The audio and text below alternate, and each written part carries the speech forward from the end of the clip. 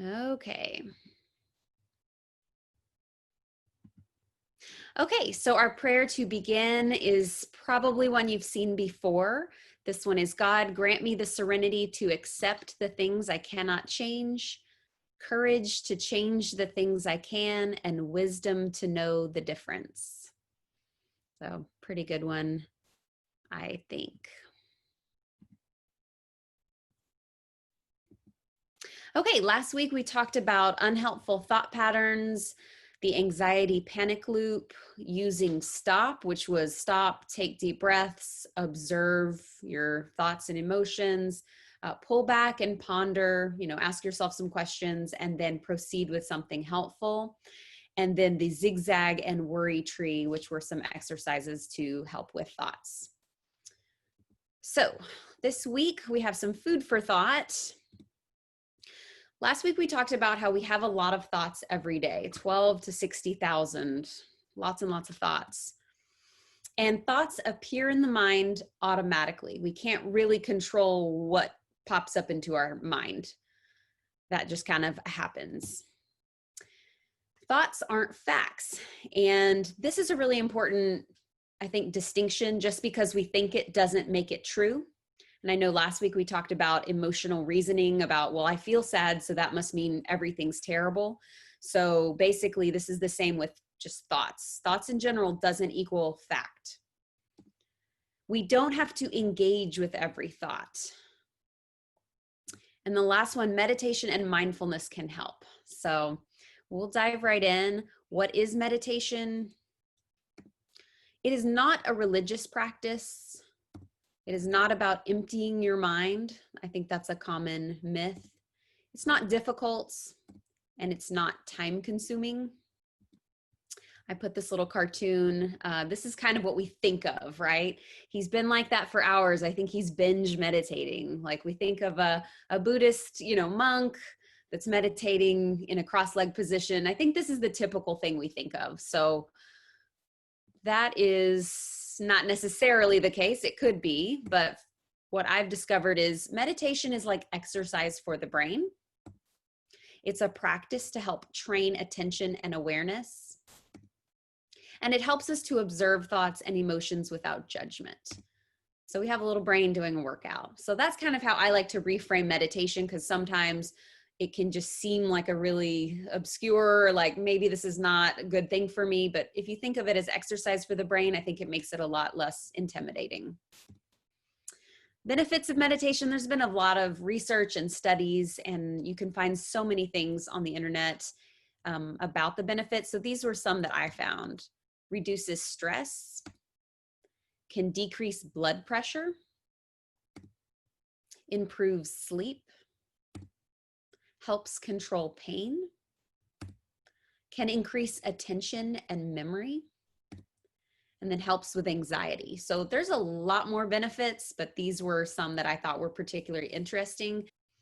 Okay, and there's going to be tons and tons of different types of meditation. These are the ones I'm most comfortable talking about because I've done them.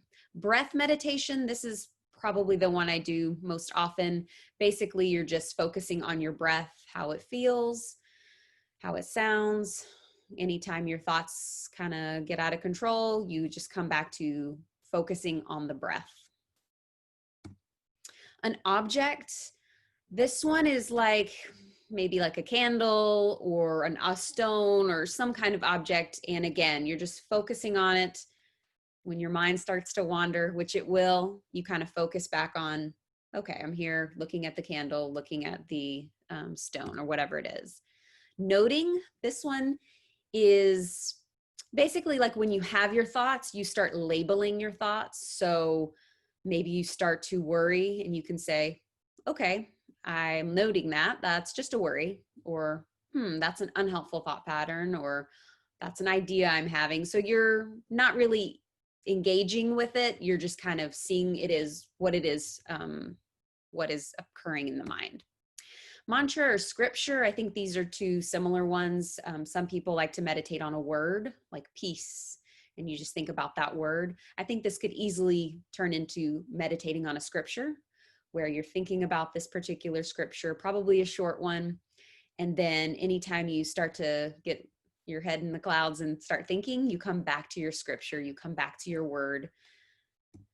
And then this next one, loving kindness. So this is thinking about people you know or people you don't know, but thinking and wishing them to be healthy and well. And it's a really kind, like it says, a kindness practice. So these are some graphics. I really, really love how these graphics explain what meditation is. So the first one says, sit comfortably and focus on one thing. So this one says breath. It could be an object. It could be a word. Notice when your mind wanders. And this is going to happen, I think, for people who've been meditating for years, it still happens. So you start to focus, but then your brain you start thinking about things. And in this cartoon, it says, I wonder what she was thinking when I gave that presentation. I think it went well. And so the mind just keeps going. And then at the very bottom, it says, realizes thinking. Like, oh, I was supposed to be focusing on breathing. And number 3 is bring yourself back to the point of focus. Breathe in, breathe out. So this next image, kind of the same thing, just a different graphic. When the mind wanders, notice it, come back to the point of focus.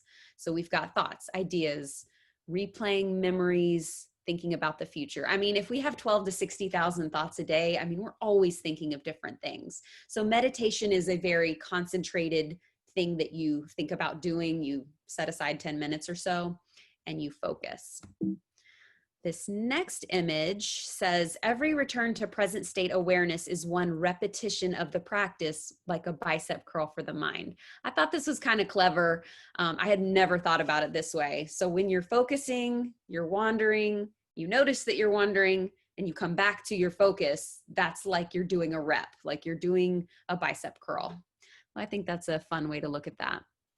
And then why are we doing meditation? Meditation pulls you out of unconscious and automatic thought patterns. This is what we were talking about last week with, when we're overgeneralizing or we're in an anxiety loop and we're just kind of stuck, right? And so we have these default patterns that fill our mind, and meditation gives the mind like a job to do.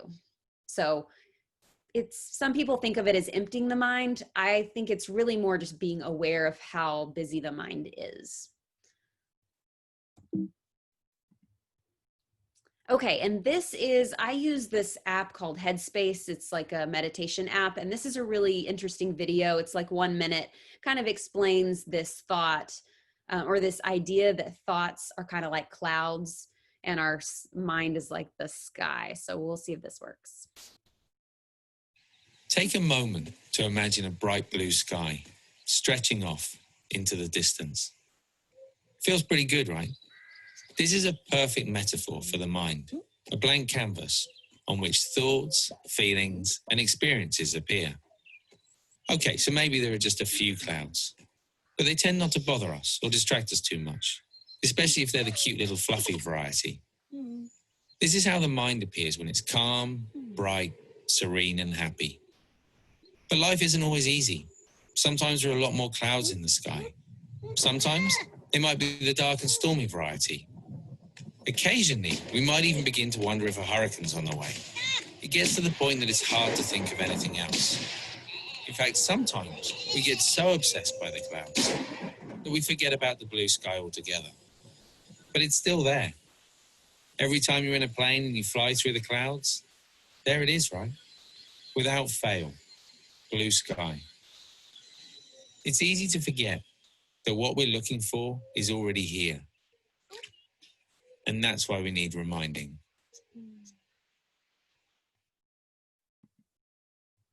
Okay.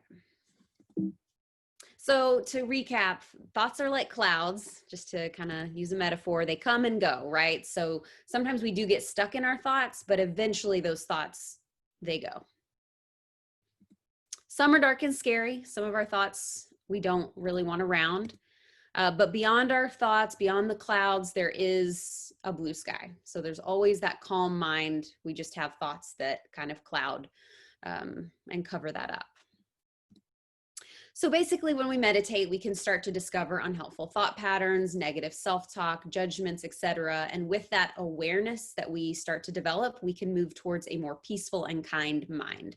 So that's kind of my thought of what is meditation? Why would we ever do it? Why would it be helpful? for that peaceful and kind mind.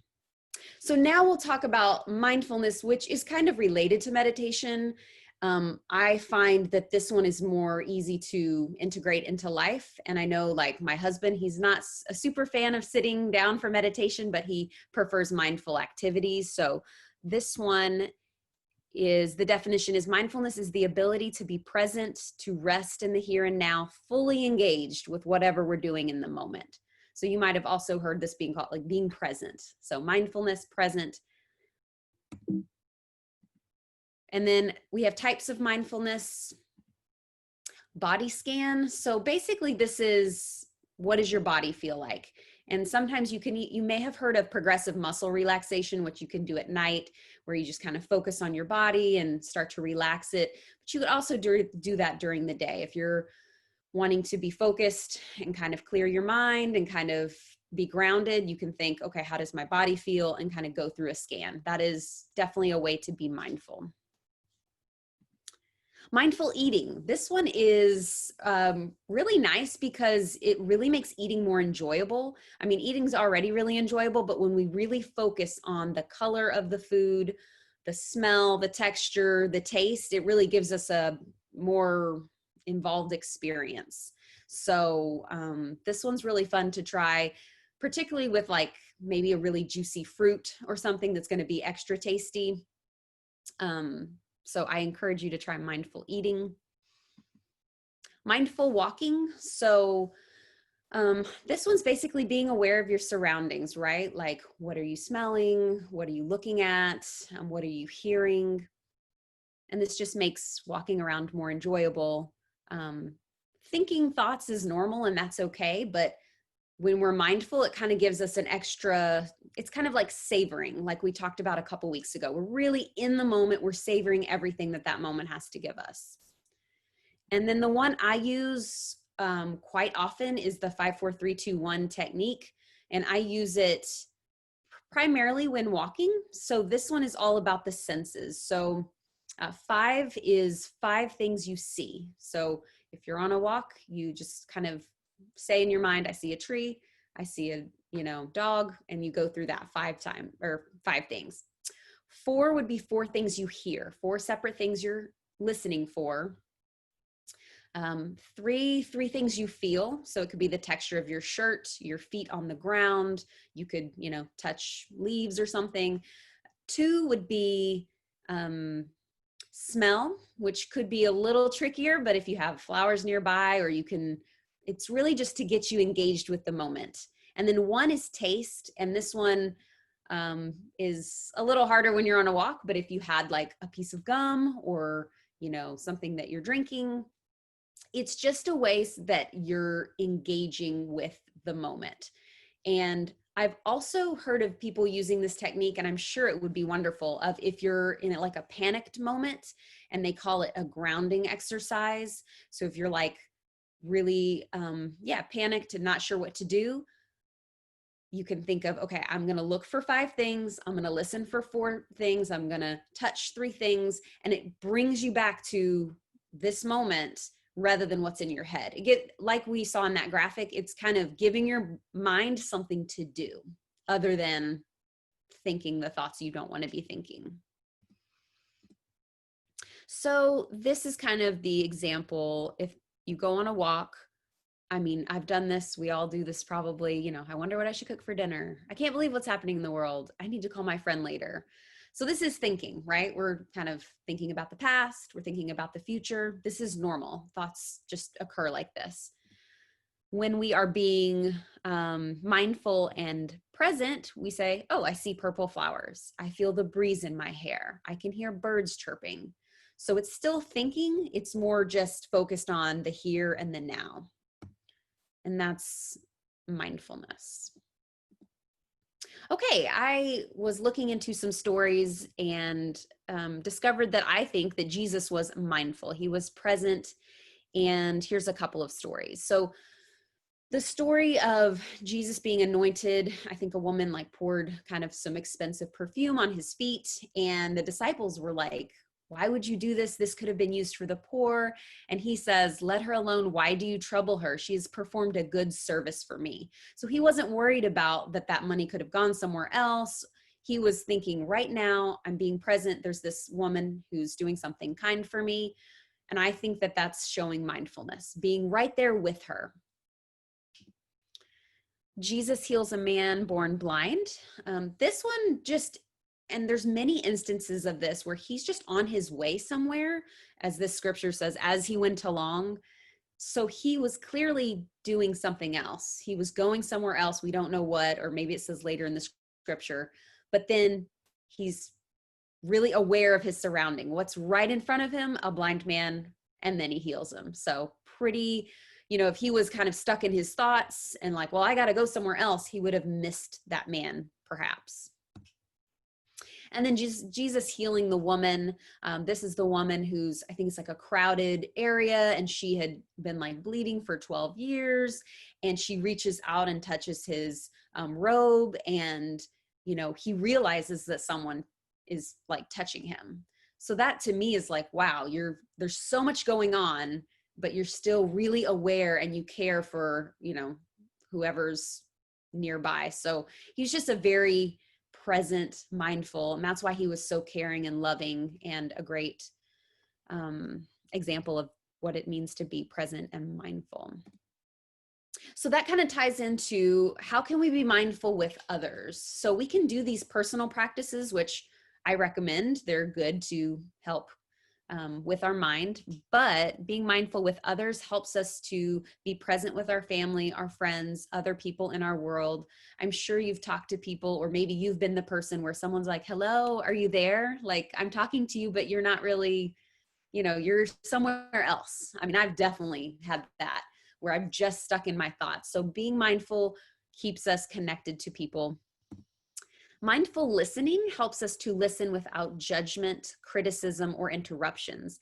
This one is super tricky because when we're talking, usually we're thinking, what's the next thing I'm going to say? Or maybe that's just me, but we're always kind of queuing up, what are we going to say? And so mindful listening takes this approach of like, I'm just here with you as a person. I'm going to watch your facial expressions. I'm going to hear your voice, and I'm just totally tuned into you. And then whenever you're done talking, I'll come up with what I'm going to say. So I think that one's really, for me, I really want to start practicing that more because I think it builds, like with certain people, I'm sure you've experienced maybe where you think, wow, I felt like I was the only person in the room. They just really were focused on me. And that's possibly because they were being mindful and not thinking about what they were going to say next. And then mindfulness can help us develop empathy and see other people's perspectives. So this kind of ties into listening, right? So if we're not formulating our judgments and thoughts and we're truly just being open and listening, then we can start to develop a bit of empathy rather than right away having that thought of like, well, they're wrong, or I don't believe what they say. So again, I think these all take practice, probably a lifetime of practice. And then moving on from mindfulness and meditation, we're going to talk a little bit about acts of kindness and generosity. I think this one is super, super important to add on to our positive mental health resources and things we can do. Being kind, being generous, it creates a sense of belonging and reduces isolation. It helps keep things in perspective. So this is really, if you can, think about someone else or go help someone or call someone, you kind of get that feeling of, oh yeah, there's other people in the world, or, oh wow, their situation is really tough. And it keeps things in perspective, which is important. Kindness also boosts serotonin, dopamine, and oxytocin, which are these like feel-good chemicals. So our body responds really well when we're kind to others. It gives us, makes us happy.